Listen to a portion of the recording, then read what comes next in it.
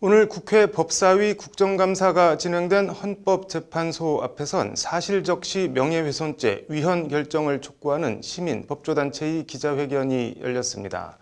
헌재는 앞서 지난달 10일 공개 변론을 열고 형법 해당 조항에 대한 위헌과 합헌 양쪽의 의견을 청취한 바 있습니다. 이런 가운데 시민단체들은 오늘 추가로 헌법소원을 청구하며 사실적시 명예훼손죄에 대한 헌재의 위헌 결정을 거듭 강하게 촉구했습니다. 신세아 기자입니다.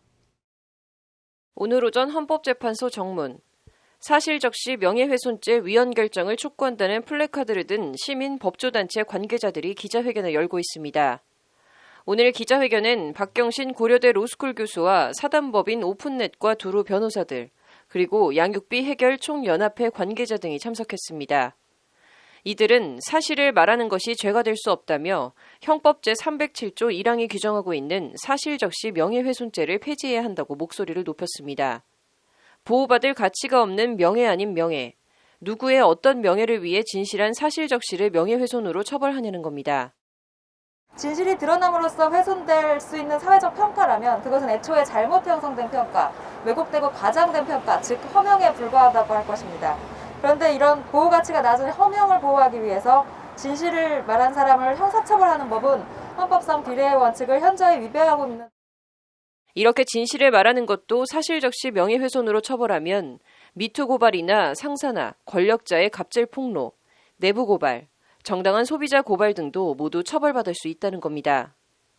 그리고 실제 지금 이 시간도 불합리와 부조리에 대해 진실을 말했다는 이유로 수사와 처벌을 받고 있는 게 엄연한 현실이라고 기자회견 참가자들은 목소리를 높였습니다. 이 활동 과정에서 제주파전세 사이트와 봉사활동가 그리고 저를 포함한 양육비 미지급 피해자들의 사실적시 명예훼손에 대한 고소를 지속해서 당하고 있고, 그래서 법적 분쟁의 고초를. 이와 관련 헌법재판소엔 현재 2017 헌마 1113 사실적시 명예훼손죄 위헌 확인 사건이 심리 중에 있습니다. 수술받은 반려견이 실명위기에 놓인 주인이 SNS를 통해 수의사를 고발하려다 사실적시 명예훼손으로 처벌받을 수 있다는 것을 알고 표현의 자유 침해로 헌법소원을 낸 사건입니다. 지난달 10일엔 공개 변론이 열렸는데 표현의 자유와 개인의 인격권 보호를 놓고 위헌과 합헌 의견이 팽팽히 맞섰습니다. 이에 기자회견 참가자들은 성폭행 사실을 폭로했다가 학교로부터 명예훼손 혐의로 고소당한 피해자 등 5명의 청구인 이름으로 추가 헌법소원을 제기하며 사실적시 명예훼손죄 폐지를 거듭 강하게 촉구했습니다.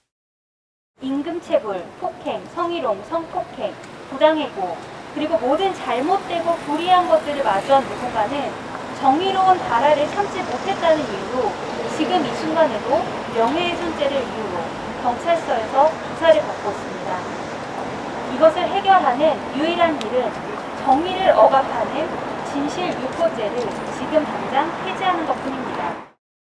기자회견 참가자들은 헌재가 공개 변론을 열었다는 점을 긍정적인 신호로 보고 있는데 그동안 사실적시 명예훼손죄에 대해 합헌 결정을 내렸던 헌재가 이번엔 어떤 결정을 내릴지 주목됩니다.